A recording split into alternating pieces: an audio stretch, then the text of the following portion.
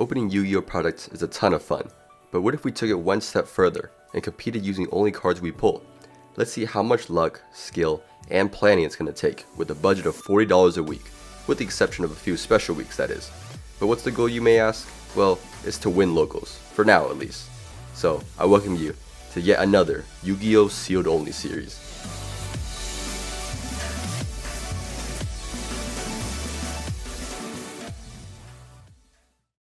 Alright guys, welcome back to the Sealed Only Challenge. We're on episode 5 now, right? I think we're on 5. But I know what you're thinking, back on the tins again. Come on. There's a lot of good cards in here, like the Nadir Servants we didn't get. And just, a couple of good cards overall. Maybe like a Crossout we could probably work with. Another Talent would be awesome. Stuff like that, because I have an idea for what to do in the coming weeks. But let's just say I don't know if it's a good idea or not, but we're gonna go with it anyways. So with that surprise in mind, I gotta wait for the stuff to come in. So for now, we're gonna open some tins. So let's get right into it.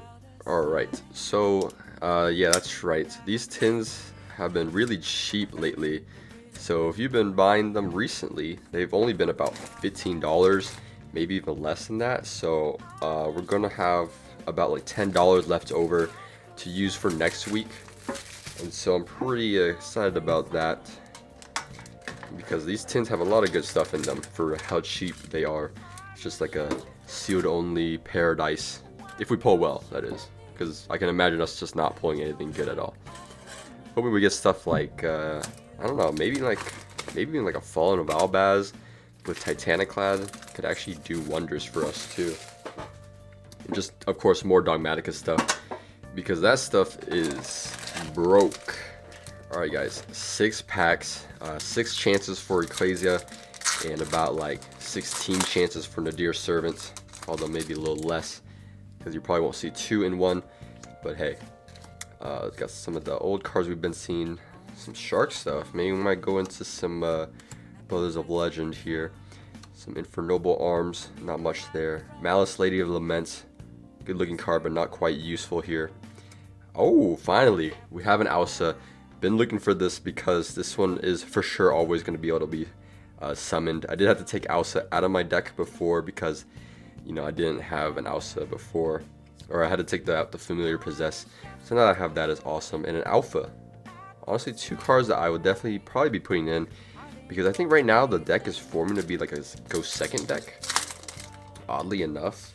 And I guess we can go through the comments too, but yeah, I think it's starting to be a Go Second deck with all like the power cards we have. Like we have like a Gizmek or 2, I think. Like Kaijus. We have like a bunch of that stuff. And Dogmatica actually can go first or second, I feel like. So, that's always nice.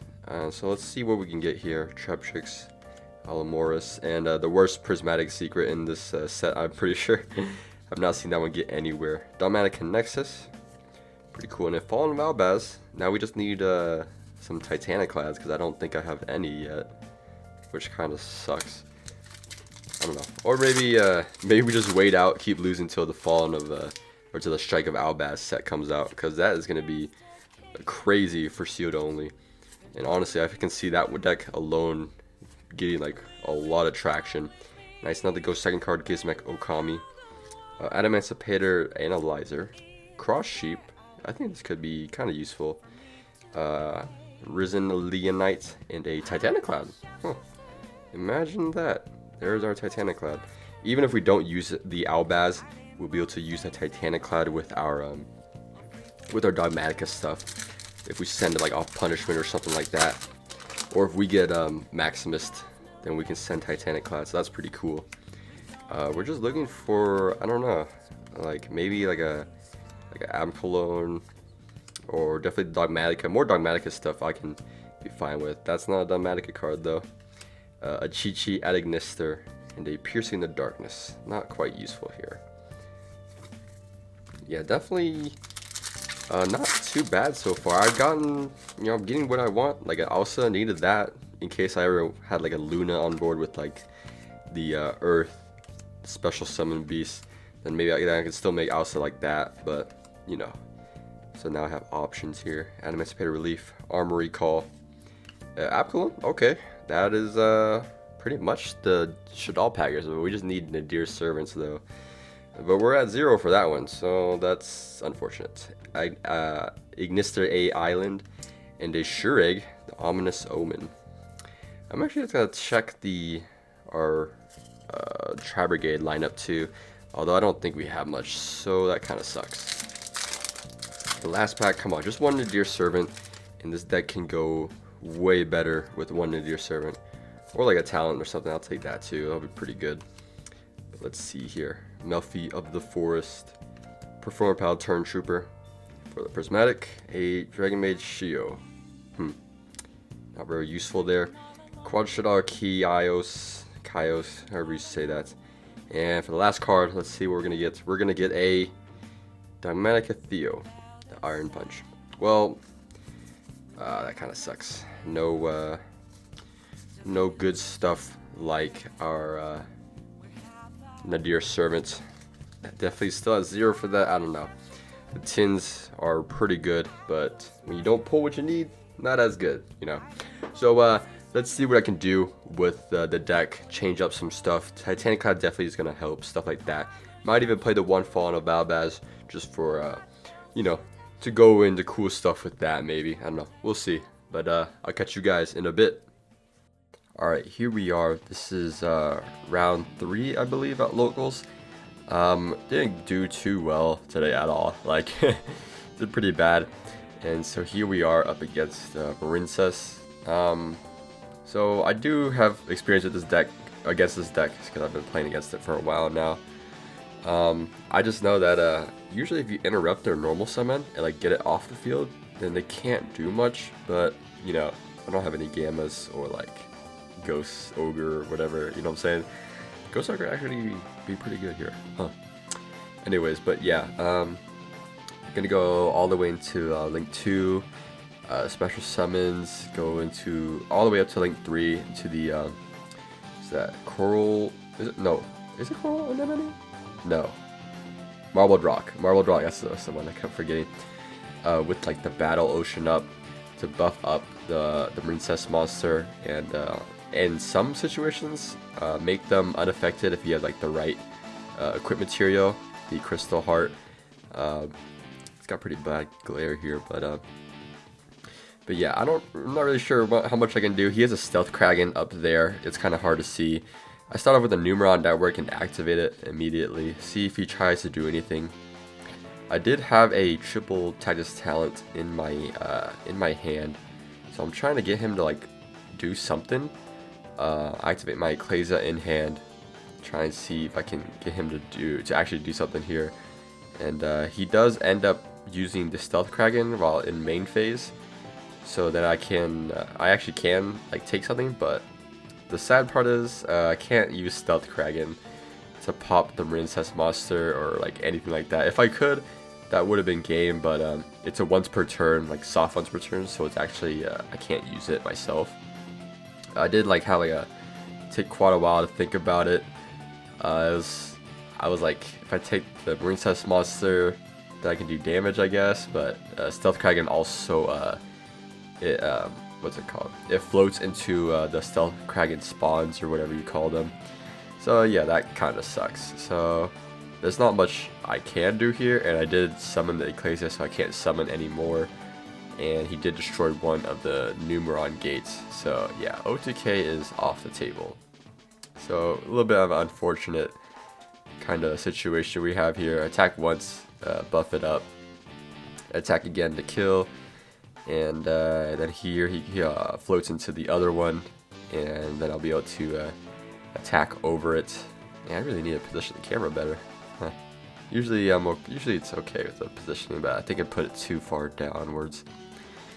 But yeah, floats into another in defense, so even then I can't do damage even more. And just only hitting for like 15 and like 39 or whatever, however much that is. Yeah, he ends up getting that back, and then I go into Secret Village here, although it doesn't do much because he's already activated his field spell, which is probably like his most important spell in his deck. So yeah, here we go. He's gonna link up into yeah, I can't even see that. I'm assuming it's the Link 2, because yeah, it's the only one he can go into. He just goes into Link 2 and whatever. He's just gonna go all the way back, climb all the way back up, and probably get the equip that makes him unaffected, or something like that.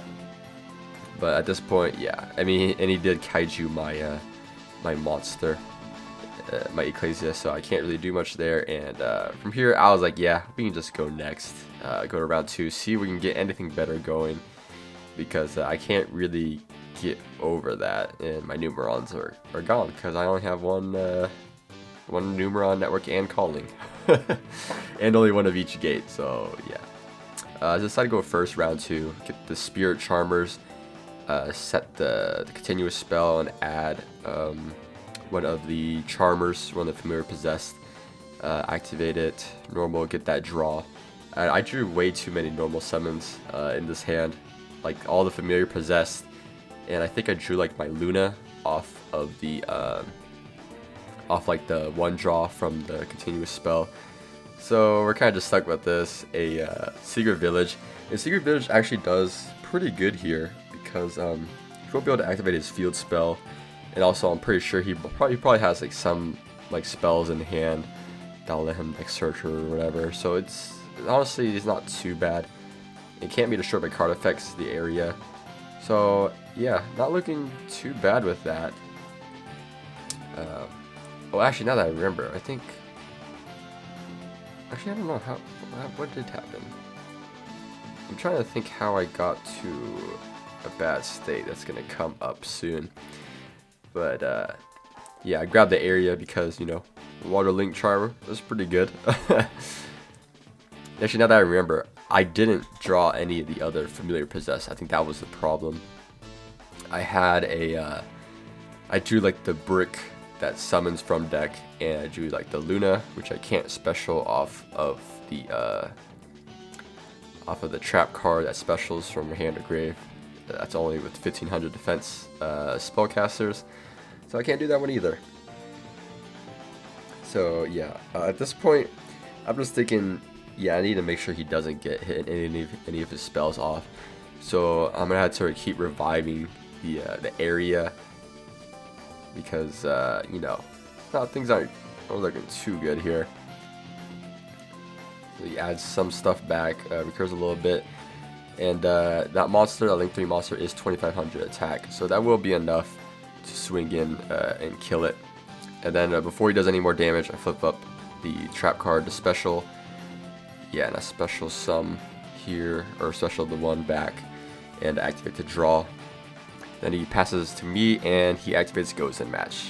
Ugh, that is pretty bad for me. And that definitely could have been prevented if I just had, you know, the other, like another Charmer in hand, or yeah, in hand. But now I'm just locked into Waters, and I can't do anything here. Activate Spirit Charmers just to get another trap to special again, and another continuous spell, maybe to get the draw later. But yeah, at this point it's just gonna be stalling, and I'm gonna need some kind of out to Goes and Match, because yeah, it's kind of annoying against this deck. Especially because area is my only water in the deck. I'm pretty sure everything else is like, most of my cards are light, like the Dogmatica and the Luna. So yeah, we're stuck here again. I just go into battle, get the attack off, and then he goes back to his turn. So my only outs are, like, I did keep the triple Twin Twister in, so I'm hoping I see one of those and probably just clear up the board here. I think here he's going to go into Stealth Kraken again. Yeah, so, and good thing my monster is protected by the continuous spell, so that's pretty good. I flip up my Unpossessed now, so this will let me kind of special summon from deck after one of my monsters is destroyed. So, and I didn't catch this, you actually can't activate Ash Blossom in response to the Unpossessed, because the Unpossessed activates in the damage step. I'm pretty sure that's how that works. So I didn't catch that. So I actually would have been able to get the special summon from after the battle, because that happens during the battle or after my monster is destroyed by battle. So it activates in that time frame where you can't ash.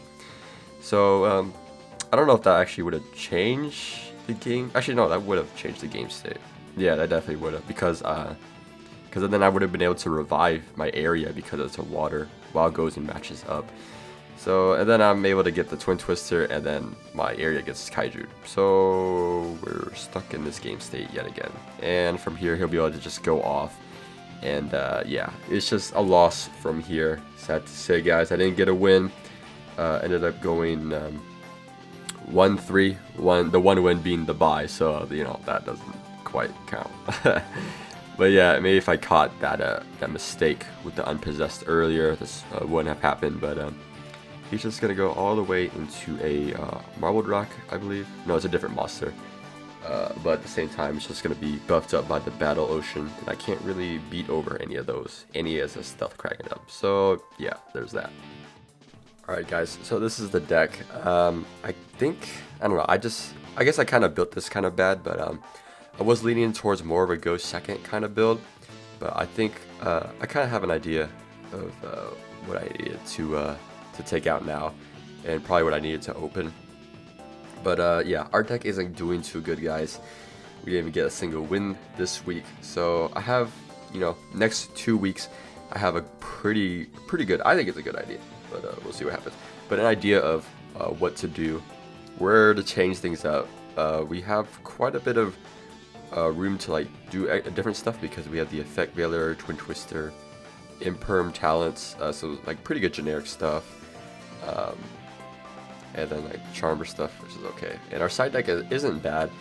Side deck is actually hits quite a bit of things. Good look at the Sky Striker matchup with the Denko and Warding maybe. If I go first, second, or probably second though. Yeah, probably second.